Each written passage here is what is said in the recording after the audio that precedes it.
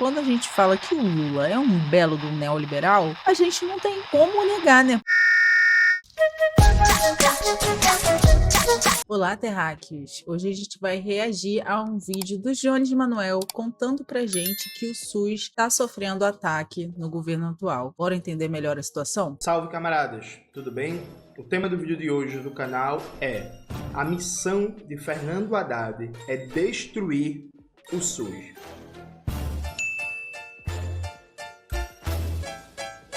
Não, essa semana aconteceu um fato muito grave que provavelmente ninguém ficou sabendo. Ninguém não, né? A imensa maioria das pessoas, quando eu falo das pessoas, não é as pessoas comuns, é militante, gente organizada, não ficou sabendo. O Fernando Haddad fez uma aliança com o Davi Alcolumbre e tentou tirar 26 bilhões do SUS.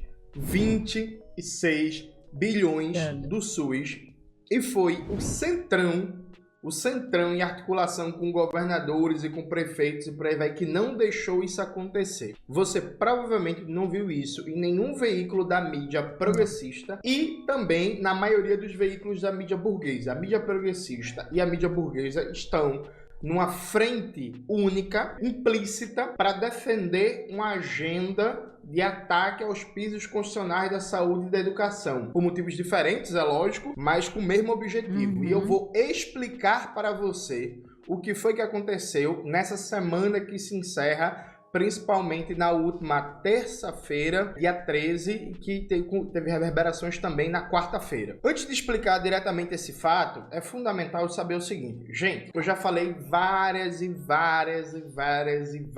vezes aqui no canal. O novo teto de gastos é incompatível estruturalmente com o piso constitucional da saúde e da educação. Não dá para manter os dois. Ou derruba o novo teto de gastos, ou modifica ele, ou ataca o piso constitucional da saúde e da educação. Não existe uma terceira alternativa. O novo teto de gastos ele é incompatível com o piso constitucional da saúde e da educação. Isso está muito bem demonstrado, por exemplo, em textos que eu cito no canal há muito tempo. Um deles é o texto do Antônio Martins, A Cruzada de Haddad contra a Saúde e Educação, publicado no Outras Palavras. Coloca aí na tela, Maxwell, por favor. O outro texto é do professor Pedro Paulo Bastos, Não Existe Alternativa? Interrogação, publicado no site A Terra é Redonda. Esses dois textos demonstram com clareza, de maneira didática, o que é o novo teto de gastos e, dentre outras coisas, porque ele é incompatível com o piso constitucional da saúde e da educação. Frente a isso, gente, não adianta o governo Lula fazer promessa, o presidente, fazer promessa, dizer que não vai atacar saúde e educação, dizer que não vai fazer ajuste fiscal nas costas do pobre e tal. Não adianta a promessa. Fato concreto é, ou se modifica o novo teto de gastos, ou se derruba o novo teto de gastos, ou vai ter sim cada vez mais um ajuste fiscal no lombo do povo trabalhador e vai ter ataque ao piso constitucional da saúde e da educação. Não importa a palavra do Lula, a promessa, a questão é estrutural. O novo teto de gastos é um ajuste fiscal violento contra a classe trabalhadora e é incompatível com o piso constitucional da saúde e da educação. Ou você derruba o novo teto de gastos, ou você modifica ele, ou então vai vir a chicotada no lombo do povo. E aí a promessa de Lula aqui é irrelevante. A questão é a ação política, né? Sim. No meu canal no YouTube, alguém fez um comentário que eu achei fantástico. Foi assim: aprendi com os marxistas que a prática é o critério da verdade. Isso vale para todo mundo, menos para Lula. De fato, né? E aí, outra mentira que se conta é que, não, tem que esperar apresentar o projeto para atacar o piso constitucional de saúde e educação, aí você critica o governo, né? Tem gente que fala isso. Veja, isso é um absurdo, porque esse ataque já está em marcha. Quando você quer fazer um ataque, o ataque não se materializa só quando você apresenta o projeto de lei para fazer o ataque. Ele é preparado ideologicamente, né? Ele é preparado politicamente. Tem uma preparação política ideológica para conseguir efetivar o ataque a algum direito histórico da classe trabalhadora. Essa preparação político-ideológica já está em marcha e essa semana, para calar a boca de todo mundo, já veio a primeira tentativa de destroçar, no caso específico, o piso constitucional da saúde. E aí agora eu vou explicar para vocês o que foi que aconteceu no Congresso, que a imensa maioria de vocês nem sequer ficou sabendo da barbaridade que a gente teve essa semana. Vamos lá, abrindo a matéria aqui do Outras Palavras, uma matéria muito boa, Sim. que tem algumas ausências, mas explica em detalhes a questão. O dia que Haddad meteu um jabuti, vocês vão entender. O SUS esteve a um passo de perder, nesta quarta-feira, boa parte dos seus minguados recursos. Manobra antidemocrática e furtiva foi comandada pelo Ministério da Fazenda e deixou rastro. É preciso expô-la aqui. Vamos lá, né? O texto é assinado pelo Antônio Martins, que, se não me falha a memória, é editor do Outras Palavras. Mandar um abraço pro querido Antônio Martins, que a gente volta e meia num grupo que a gente participa, discorda, mas discordâncias à parte, tenho o máximo respeito pelo Antônio Martins, é uma das melhores cabeças pensantes da esquerda brasileira hoje, uma das melhores. Antônio Martins é muito bom, e o trabalho jornalístico que ele lidera, no Outras Palavras, é sensacional, assim. Mas, dito isso, vamos lá. Sistema político brasileiro, fisiológico e disfuncional, uma das figuras mais típicas é o jabuti. Seu palco é o Congresso. Consiste em introduzir na surdina numa proposição que já tramita em fase avançada um dispositivo novo, muitas vezes sem relação alguma com a matéria em debate. Leva este nome em referência a um dito popular: jabuti não sobe em árvores. Se está lá, alguém o colocou. Por sua própria natureza, presta-se a fraudar a democracia, já que frustra o debate público e promove interesses escusos, pois jabuti pode resultar em ganhos milionários para quem os patrocina. Vocês entenderam isso? Deixa eu até abrir a tela. O que é um jabuti? Vamos imaginar que tem um projeto de lei que está ali para regular as casas lotéricas. Está tramitando no Congresso para regular as casas lotéricas. Aí, do nada, no projeto de lei, no PL, para regular casa lotérica, eu meto um artigo que permite ampliação de desmatamento, que não tem nada a ver com casa lotérica. O que é isso? É uma manobra para evitar que o tema passe pelas comissões, que tenha debate público, que tenha pressão, que a sociedade tome conhecimento do que está sendo votado, aprovado e tal. Então você pega um artigo nada a ver com um projeto que está em tramitação, quase sendo aprovado, mete lá no meio, faz uma emenda e pronto. É isso que se chama de jabuti. E aqui vem um ponto importante. FHC fazia muito no governo dele, que era votação em regime de urgência, para não passar por comissão, para não ter audiência pública, para não ter debate, para não ter nada. A gente viu isso em vários casos nesses últimos anos, né? Do Congresso votando coisas, votando emendas na surdina, na calada da noite, para que ninguém ficasse sabendo, para que a mídia já não fosse comentar, para que as pessoas não pudessem falar e questionar o que eles fizeram. Então, isso é uma estratégia que a gente vem vendo a democracia burguesa usar por inúmeras vezes, e agora tivemos mais uma tentativa essa semana, agora para sucatear ainda mais o nosso SUS, que já é super sucateado, né? Para não passar por comissão, para não ter audiência pública, para não ter debate, para não ter nada, e enfiar jabuti nas votações. Toda a esquerda, à época do governo FHC, vivia criticando isso como modo antidemocrático, autoritário de aprovar as coisas. PT, PDT, PSB, PCdoB, todo mundo vivia descendo um pau em FHC por essa prática, esse modus operandi de meter tudo em regime de urgência e empurrar vários jabutis em aprovações no Congresso. O governo Lula 3 faz a mesma coisa. Todas as votações importantes são em regime de urgência e é todo mundo calado, sabe? Inclusive na mídia progressista. Vai olhar, por exemplo, o que foi a aprovação do novo teto de gastos. Então, assim, é tudo em regime de urgência, é cheio de jabuti, é negação do debate, não tem participação popular, não tem porra nenhuma, e é todo mundo em silêncio, naturalizando o mesmo modus operandi do governo FHC, né, que está sendo tocado agora, igualzinho no governo Lula 3 para aprovar os projetos legislativos, e não é só responsabilidade do Centrão ou de Arthur Lira, não. O governo Lula concorda com isso, concorda com esse modo de fazer política institucional, de aprovar tudo a toque de caixa em regime de urgência e meter vários jabutis em projetos aleatórios. Dito isso... E é por isso mesmo que quando a gente fala que o Lula é um belo do neoliberal, a gente não tem como negar, né? Porque os dados, né, a realidade está mostrando pra gente que as atitudes dele, né, como o comentário do camarada no vídeo do Jonas disse, a prática dele não está sendo o critério da verdade, né? Na prática dele, ele está mostrando que ele é um belo do neoliberal e que não tá nem aí para mim, para você, apesar de todas as promessas que ele fez durante o período pré-eleitoral, né, e na campanha dele. Então, pra gente ver que nossos sonhos, meu amor, não cabem nas urnas e que existe outra forma da gente governar o nosso país. Voltando ao texto. Nesta quarta-feira, um jabuti especialmente pernicioso e sorrateiro percorreu os salões adeptos do Senado. Caso cruzasse a linha de chegada e passasse pela votação, abriria caminho para o sucateamento do SUS e mais um avanço da medicina de negócios. Suas pegadas sugerem que ela partiu da esplanada dos ministérios, mais precisamente do alto escalão da Fazenda, cujos integrantes não escondem as relações especiais que mantém com o baronato financeiro.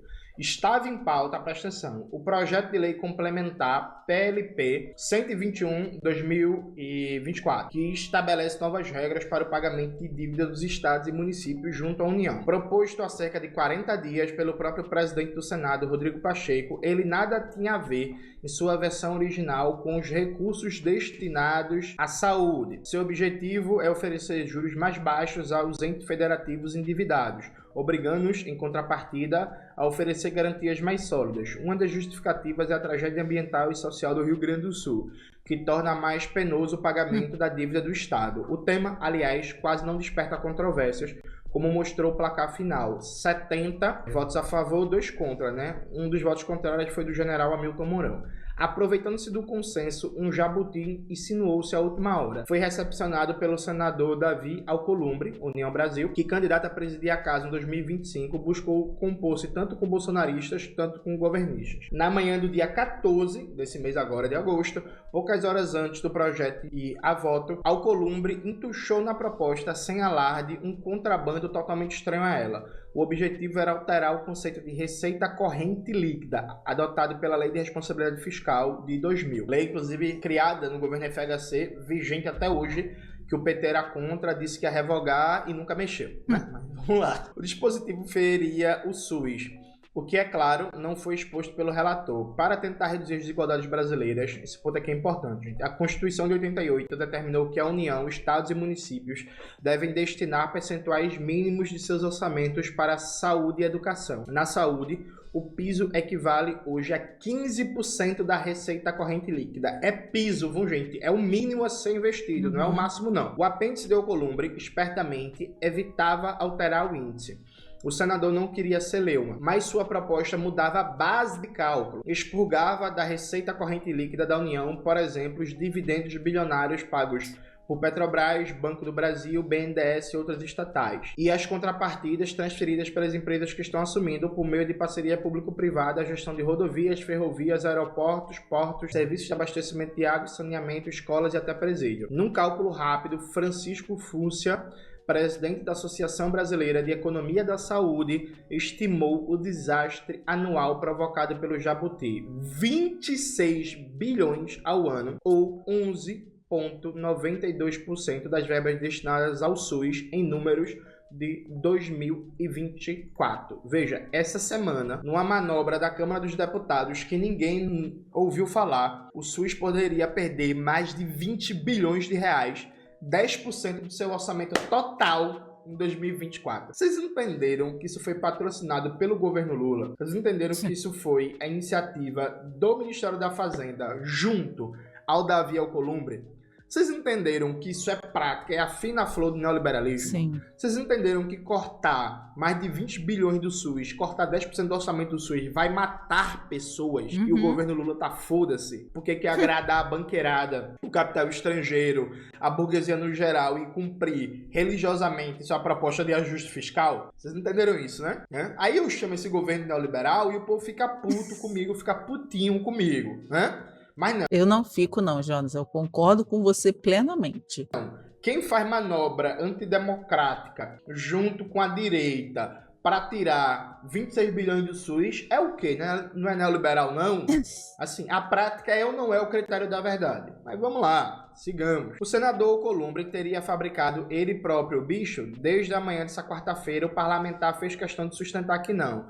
Na exposição de motivos que apresentou em anexo na proposta, Alcolumbre escreveu: alteração no conceito de receita corrente líquida foi feito a pedido do Ministério da Fazenda. Os repórteres do Valor que acompanharam o episódio corroboraram a versão. Segundo escreveram em 14 agora de agosto, ontem, terça-feira, o secretário do Tesouro Nacional, Rogério Seron, esteve com Alcolumbre para auxiliar nos últimos ajustes do texto. Veja, o Ministério da Fazenda, comandado por Fernando Haddad, subordinado ao governo Lula, acertou uma manobra obscura de bastidor para tirar mais de 20 bilhões do SUS. E aí, vá focando. Errado sou eu que chamo esse governo neoliberal, viu? Vocês não entenderam, né?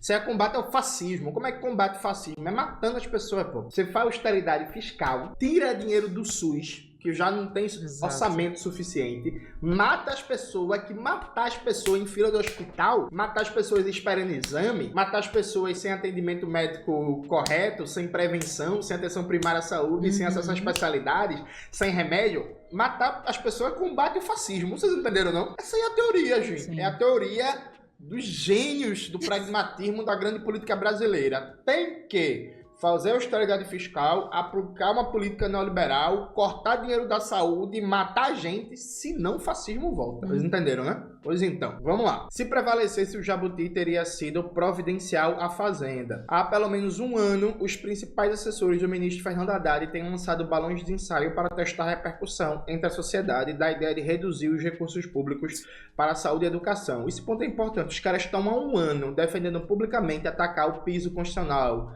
da saúde e da educação, e tem gente que diz que eu não posso criticar agora não, que tem que esperar apresentar o projeto de lei, né? Tipo, caralho, gente, na moral, assim. Dentre esses tecnocratas, destaca-se o próprio Rogério Seron. Desde abril de 2023, ele repete a proposta, alegando ser a única maneira de cumprir o arcabouço fiscal perseguido pelo Ministério.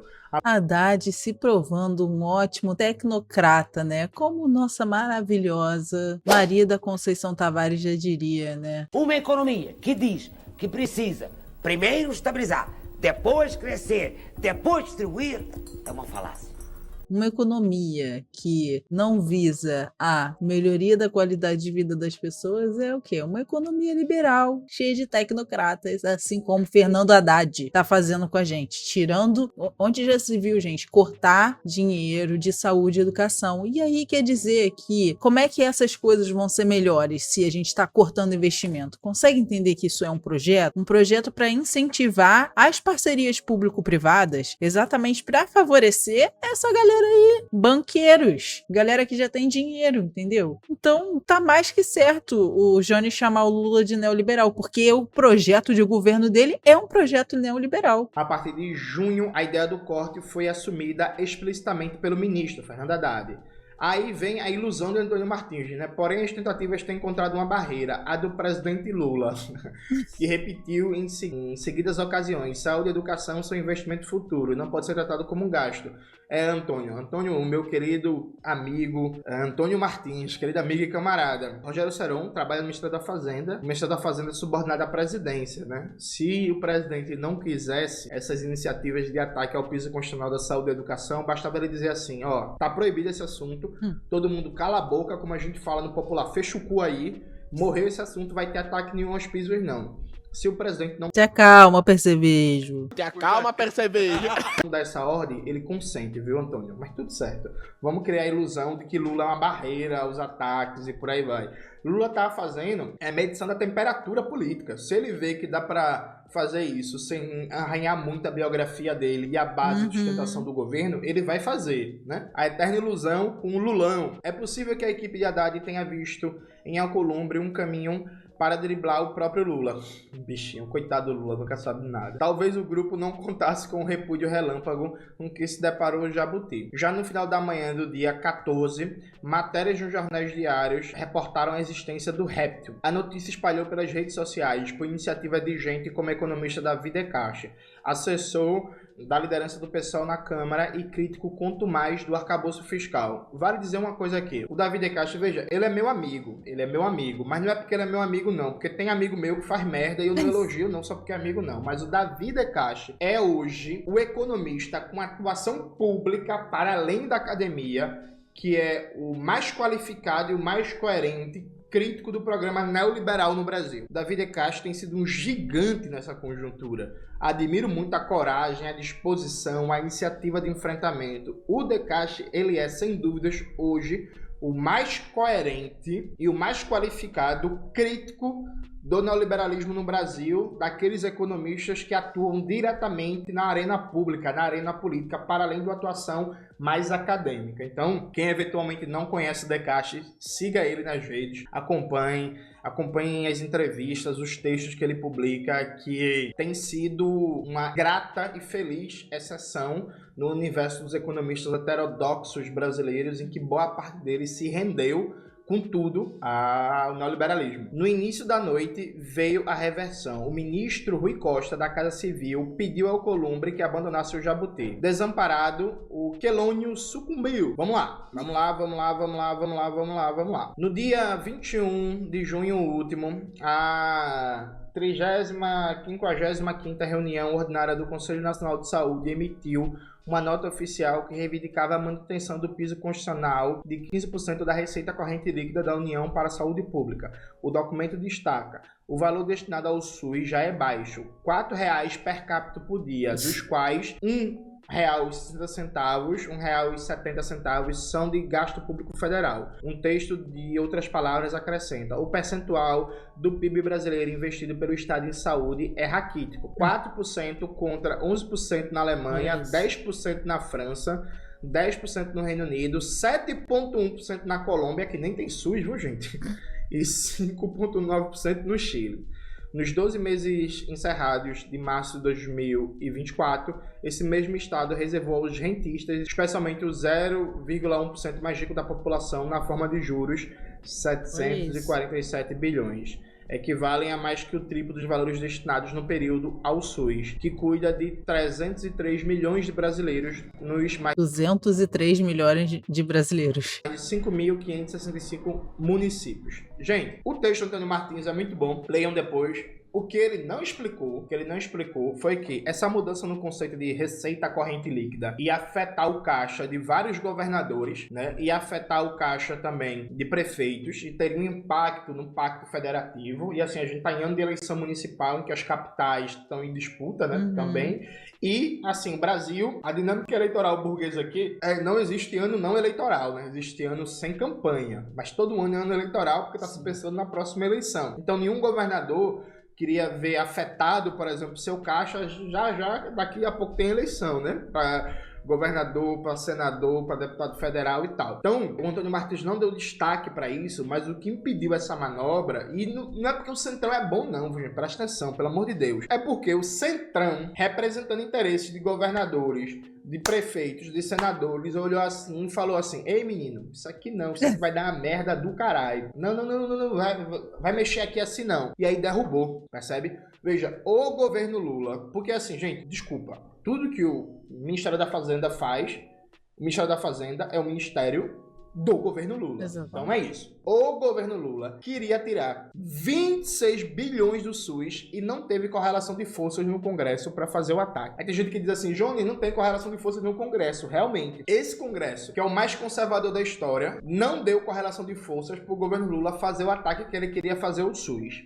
Aí eu pergunto a vocês, durante quanto tempo a gente vai fingir que esse governo não quer destruir o piso constitucional da saúde e da educação? Durante quanto tempo a gente vai fingir que esse assunto não existe? Vai esperar o SUS ser destruído, vai esperar a educação pública ser destruída para abrir a boca? É isso mesmo? Assim, cada um sabe da sua biografia, né? Mas eu acho que todo mundo que é socialista, comunista, anarquista, ecossocialista, social-democrata, honesto e por aí vai, tem obrigação de, no mínimo, defender a conquista da Constituição de 88 que a classe trabalhadora arrancou, que é um piso constitucional para a saúde e para a educação. Veja, nem é avançar, nem é algo revolucionário, nem é algo radical, é só defender a conquista que a gente teve na época da Constituição. Você tá calado? O seu comunicador, comunicadora preferido, seu intelectual, sua liderança política, seu deputado, seu pré-candidato a prefeito, a prefeita, tá calado sobre isso? Cuidado, viu? Cuidado, porque a gente passou 7 anos falando que a austeridade mata. Mata e mata mesmo. E eu continuo afirmando, austeridade mata.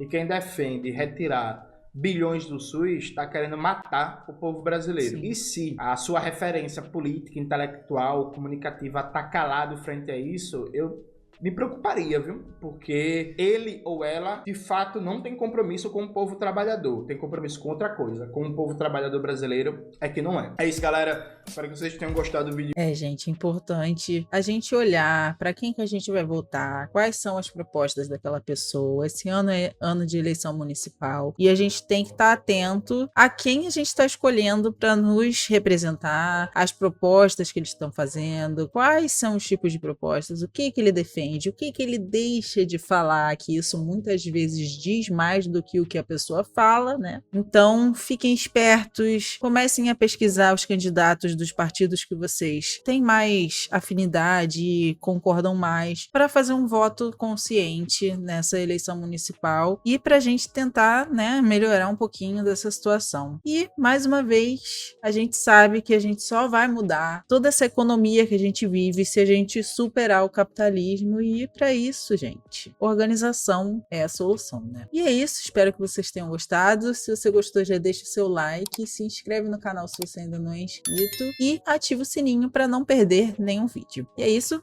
beijos, até o próximo.